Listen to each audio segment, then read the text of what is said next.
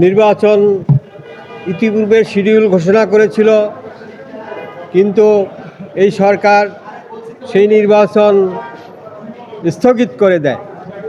পরবর্তীতে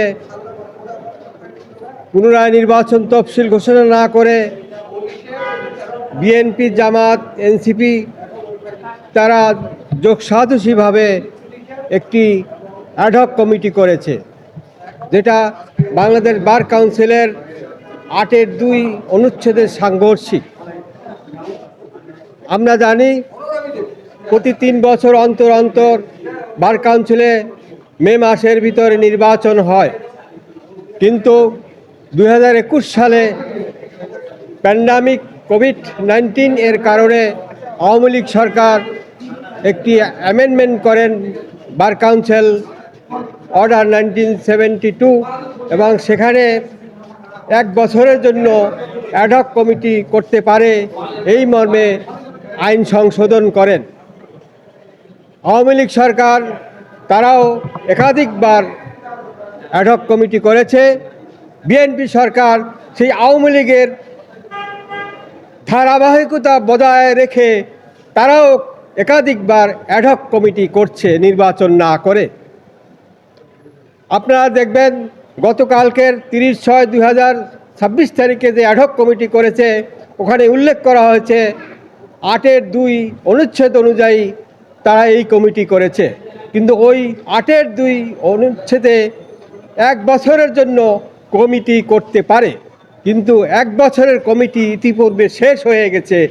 এখন নির্বাচন ছাড়া কোনো অ্যাডহক কমিটি ওই আইনে বহাল থাকতে পারে না। আমি আজকের একটি রিট করেছি, সেই অ্যাডহক কমিটি গতকালকের যে ঘোষণা করেছে সেটা বৈধতা চ্যালেঞ্জ করে রিট করেছি, এবং এই রিট যদি রুল হয়, পেন্ডিং রুল, আমি ওই অ্যাডহক কমিটির কার্যক্রম স্থগিত চেয়েছি এবং 30 দিনের মধ্যে নির্বাচন দেওয়ার জন্য নির্দেশনা চেয়েছি, এবং বার কাউন্সিলের চেয়ারম্যান এবং সচিব তাদেরকে ফাংশন করার জন্য নির্দেশনা চেয়েছি। আপনারা জানেন আমি 2015 সালেও একটি রিট করেছিলাম, এবং সেই রিটে সুপ্রিম কোর্ট আপিল বিভাগ সিদ্ধান্ত দিয়েছিল যে মে মাসের পরেও নির্বাচন হতে পারে, এবং জুলাই মাসে সেই নির্বাচন হয়েছিল 2015 সালে। কিন্তু সেই আপিল বিভাগের সিদ্ধান্ত ফলো করে যে কোনো জুলাই মাসেও নির্বাচন করতে পারে, কিন্তু বার কাউন্সিল সেই নির্বাচন না করে সংবিধান লঙ্ঘন করে সংবিধান 11 অনুচ্ছেদ, যেখানে গণতন্ত্র, প্রিএম্বল অব দি কনস্টিটিউশন, গণতন্ত্র এবং আইনের শাসন প্রতিষ্ঠার জন্য আইন অঙ্গনে যদি আইনের শাসন প্রতিষ্ঠিত না হয়, তাহলে অন্যান্য জায়গায় কিভাবে আইনের শাসন এনশিওর করা হবে?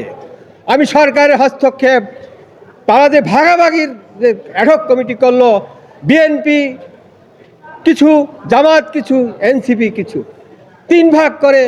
আমরা জানি যারা নির্বাচিত কমিটি 15 জন, অ্যাডহক কমিটিতেও কি 15 জন সদস্য দরকার আছে? কিন্তু ওই অ্যাডহক কমিটি করার যে আইনটা করেছে, সেই আইনটাও আলট্রা ভায়ার্স অব দি কনস্টিটিউশন।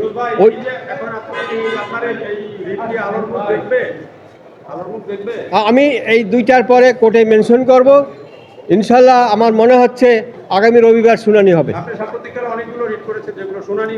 না, শুনানি হয়, কিছু অ্যালাউ করে, কিছু অ্যালাউ হয় না। 8 দিন বিষয়েও আমি রিট করেছি, শুনানি হয়েছে, এবং অ্যাটর্নি জেনারেল শুনানি করেছে, এবং সেই অ্যাটর্নি জেনারেল বলেছে কোর্টকে যে এই ধরনের যাতে রিট কেউ নিয়ে না আসে, এই জন্য রিটটি সামারিলি রিজেক্টেড করার জন্য। Thank you.